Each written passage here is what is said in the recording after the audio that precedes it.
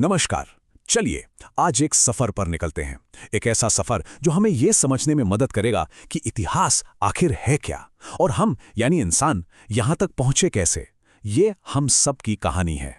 तो इस कहानी की शुरुआत एक बहुत ही सीधे से सवाल से करते हैं।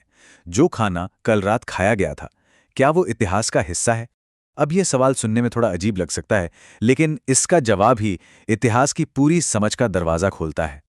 देखिए, जो कुछ भी बीत चुका है वो सब अतीत या पास्ट है। इसमें कल रात का खाना भी शामिल है। लेकिन इतिहास या हिस्ट्री सिर्फ उन घटनाओं को कहा जाता है जिनका असर हम सब पर पड़ा हो, पूरी मानव सभ्यता पर।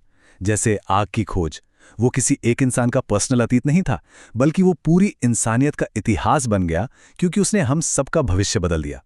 बस यही छोटा सा फर्क है अतीत और इतिहास में। तो इसका मतलब इतिहास सिर्फ पुरानी घटनाओं की एक लिस्ट नहीं है, बल्कि उनकी एक सिस्टमैटिक जांच है, एक पड़ताल है। और इस तरह से घटनाओं को एक क्रम में लिखने वाले पहले इंसान थे हेरोडोटस, जिन्हें इतिहास का पिता भी कहा जाता है। असल में उन्होंने ही सबसे पहले अतीत को एक कहानी की तरह सुनाने की कोशिश की थी। अच्छा, तो अब सवाल ये उठता है कि लाखों सालों के इस लंबे अतीत को इतिहासकार समझते कैसे हैं। इसका तरीका बड़ा ही दिलचस्प है। उन्होंने पूरे समय को सिर्फ एक चीज के आधार पर तीन बड़े बड़े हिस्सों में बांट दिया है, और वो चीज है लिखावट यानी राइटिंग। ये तीन युग हैं। सबसे पहला प्रागैतिहासिक या प्री हिस्टोरिक, मतलब वो समय जब लिखने की कला मौजूद ही नहीं थी। फिर आया आद्य ऐतिहासिक या प्रोटो हिस्टोरिक, जब लिखावट तो थी पर आज हम उसे पढ़ नहीं पाए हैं, वो हमारे लिए एक पहेली है। और आखिर में ऐतिहासिक युग, जिसका लिखा हुआ रिकॉर्ड हमारे पास है और जिसे हम पढ़ और समझ भी सकते हैं। इसको ना कुछ उदाहरणों से समझते हैं। पाषाण युग के लोग गुफाओं में चित्र बनाते थे पर लिखते नहीं थे, तो ये हो गया प्रागैतिहासिक।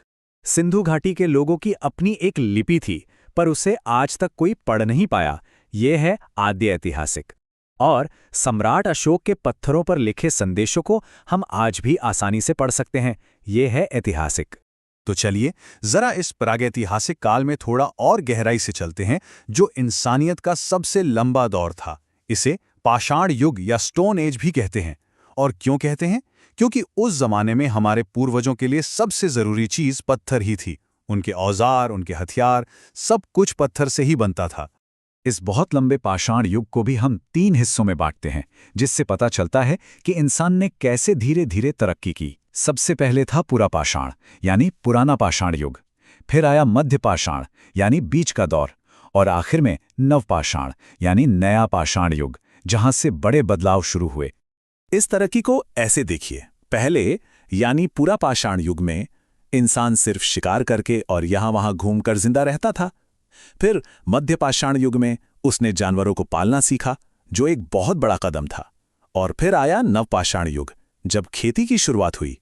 इसी खेती ने इंसान को एक जगह बसने और सभ्यता बनाने का मौका दिया। तो ये तो थी समय को बांटने की कहानी।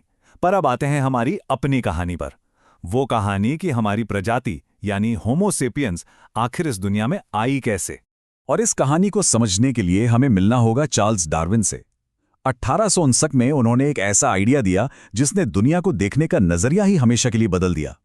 उन्होंने इसे नाम दिया प्राकृतिक चयन या नेचुरल सिलेक्शन।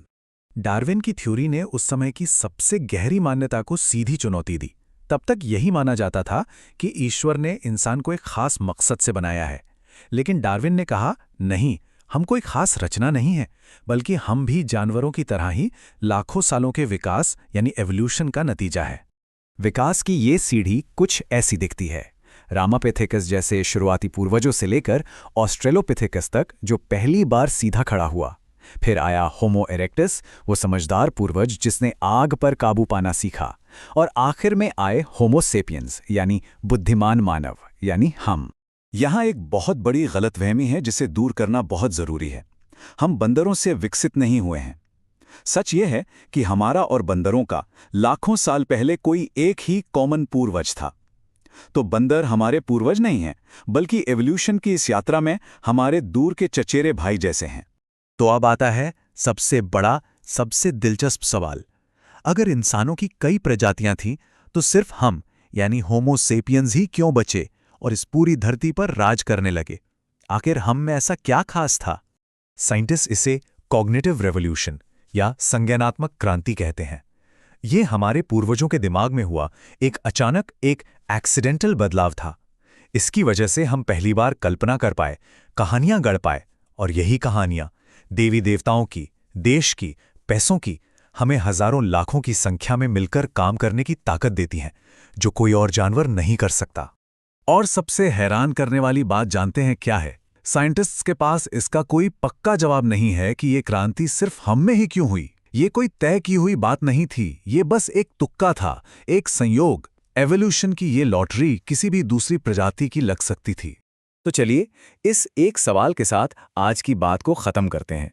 जरा सोचकर देखिए, अगर ये दिमागी लॉटरी बंदरों या डॉल्फिन्स या किसी और जानवर की लग जाती, तो आज ये दुनिया कैसी होती? ये सवाल हमें याद दिलाता है कि इस कायनात में हमारी जगह कितनी अनोखी और शायद कितनी खुशकिस्मत है।